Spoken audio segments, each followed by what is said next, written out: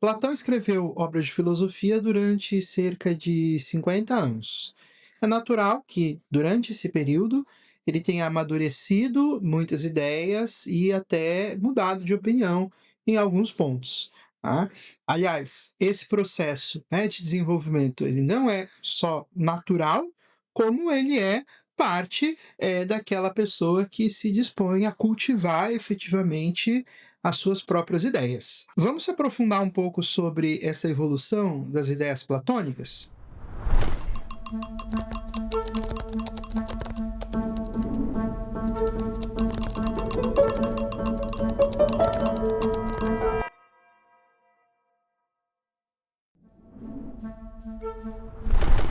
Olá, eu sou o professor João Pedro e esse aqui é o meu canal, feito para gente como você, para a gente poder debater sobre filosofia e o filosofar. Vamos junto nessa? Para a gente entender melhor toda a produção platônica, os pesquisadores costumam dividir o pensamento do Platão em três períodos: o primeiro período, o período intermediário e o período tardio. O objetivo desse vídeo é apresentar algumas das características centrais de cada um desses períodos. E antes da gente começar, eu preciso dar um alerta para você. Esse vídeo vai ter muitos nomes, vai ter várias datas, e o importante não é você decorar todos esses nomes, mas você entender o que caracteriza cada período, né? Porque isso vai fazer diferença na hora que você for ler os comentadores do Platão e também quando você for refletir sobre os diálogos. É importante, né, dizer que essa divisão em três períodos é um norte, não é uma camisa de força, tá? Porque a gente tem muita divergência sobre a cronologia das obras do Platão, né? Então há margem para diversas interpretações possíveis desta evolução. O que a gente apresenta aqui é um norte que é muitas vezes utilizado para se começar a pensar a respeito do Platão. Pois bem, o primeiro período é o período da juventude do Platão. Se inicia em 399 a.C., né, quando Sócrates morre, né, Platão tem cerca de 30 anos aí nesta idade. E ele se estende mais ou menos aí até 388, que é a data em que o Platão faz sua primeira viagem para Sicília. Então, nesse período, a gente tem diversas obras, né? Hippias Menor, Ion, Laques, Carmides, Protágoras e o Tifron, né? O que caracteriza, então, esses primeiros diálogos do Platão? É a predominância do Sócrates enquanto um personagem e também enquanto um filósofo. Aqui a gente entende, né, que a gente tem um Sócrates escrito pelo Platão que reproduz de um modo mais fiel o Sócrates histórico, tá? Os diálogos são predominantemente éticos, né? Eles fazem referências às virtudes, então a gente tem aqui debate, né? Nessas obras a gente tem debate sobre justiça, sobre piedade, sobre temperança, sobre sabedoria. Né? Uma outra característica desses escritos da juventude do Platão é que o Sócrates está sempre buscando uma definição. O que é a justiça, o que é coragem, o que é sabedoria, né? Esse o que é uma marca do pensamento platônico da juventude, que é também uma marca socrática, né? E as obras têm um caráter negativo. Tá? O que é esse caráter negativo? O livro da Piedade, por exemplo, né, que é o Eutífron, a gente termina o livro sem saber o que é a piedade. Né? O que a gente sabe a partir do livro é o que não é a piedade, né? Mas não se apresenta uma definição clara do que seja piedade. Né? A gente tem, inclusive, um vídeo aqui no canal, né, uma aula em que eu explico esse livro, o Tifron, em detalhes. É um livro riquíssimo, né, que faz a gente repensar, a relação, com este conceito de piedade, né, e, assim, a à luz, né, do que não é, a gente vai encontrando talvez, explicações que sejam um pouco melhores, um pouco mais adequadas e que nós mesmos vamos respondendo a essa pergunta. O final do período da juventude é marcado por diversas obras de caráter de transição, né? O que são esse caráter de transição? Né? Elas seguem a temática ética do Sócrates, mas elas já apontam para um desenvolvimento metodológico, né? Aquilo que já estão apontando para aquilo que vai ser mais bem compreendido quando a gente chegar na segunda fase do Platão, naquelas obras da maturidade, né?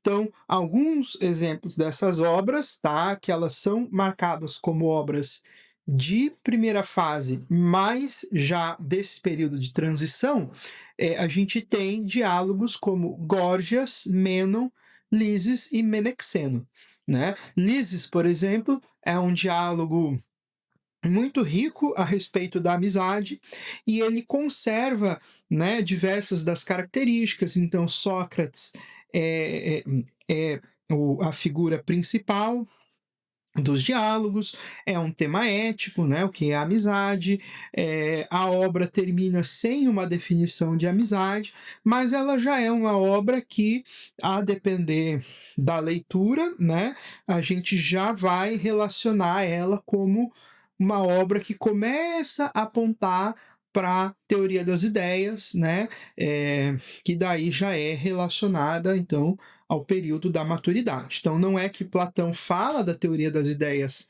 lá no Lises, mas a gente começa a ver indícios e apontamentos que quem conhece a teoria das ideias fala: o Platão já está começando a encaminhar a obra dele para este ponto.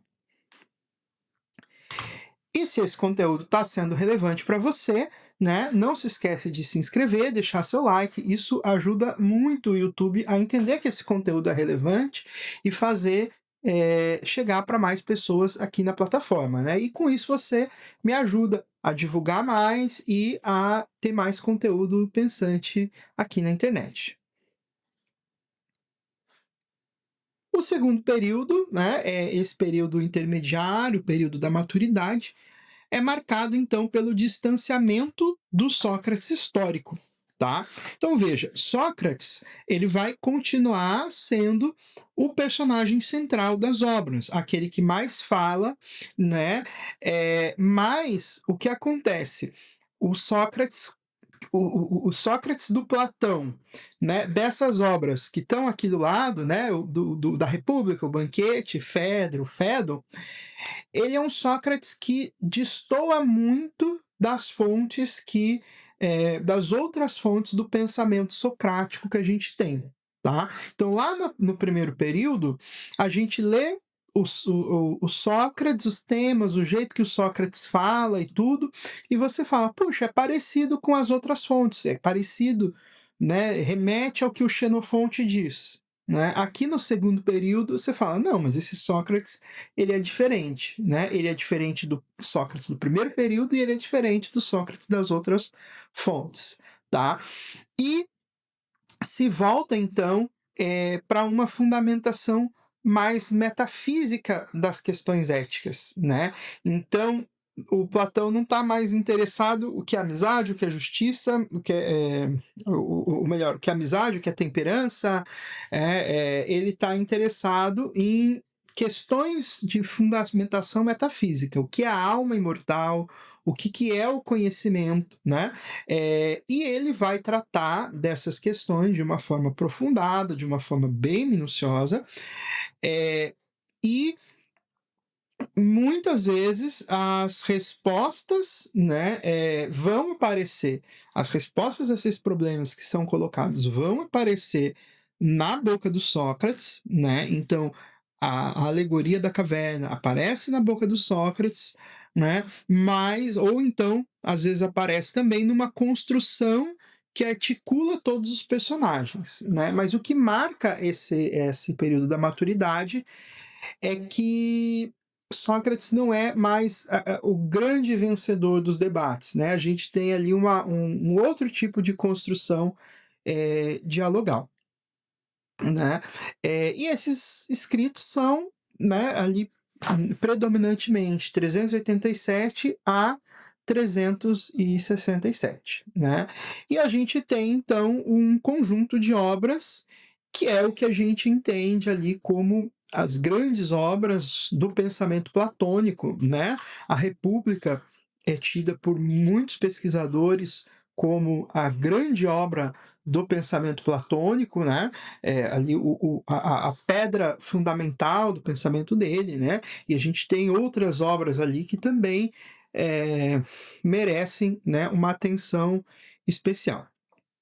E por fim, a gente tem o período tardio, né, que são as obras escritas entre 367 até, né, a morte do Platão, 346, 347, e esse último período, né, ele é um período de revisão e aprofundamento daquilo que o Platão desenvolveu na maturidade.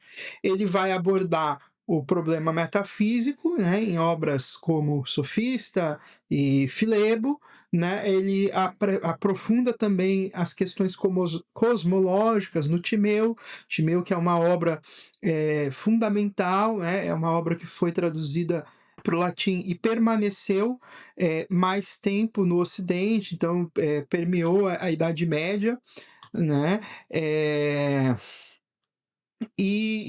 claro, foi comentado, né? Foi tido como grande texto platônico durante muito tempo da Idade Média, né? Antes das obras do Platão voltarem a ser lidas no original, né? E a gente também tem problemas políticos, né? Que vão ser abordadas em obras como Político ou também as leis. A gente sabe, né, pelos escritos do Aristóteles e também pelo Diógenes Laércio, que as leis é a última obra do Platão, né, e ao que parece ele morreu sem fazer a revisão do livro, né? Esse dado ele é um dado importante para a gente pensar a cronologia do Platão, né, que é tema de um outro vídeo que eu vou deixar o link aqui para você nos comentários. E se você tiver alguma dúvida, comentário, sugestão, deixa aqui embaixo, né, que eu vou te responder. E é sempre muito bom a gente ter essa troca de ideias aqui para a gente transformar essa rede social num lugar um pouco mais pensante. Muito obrigado e até a próxima.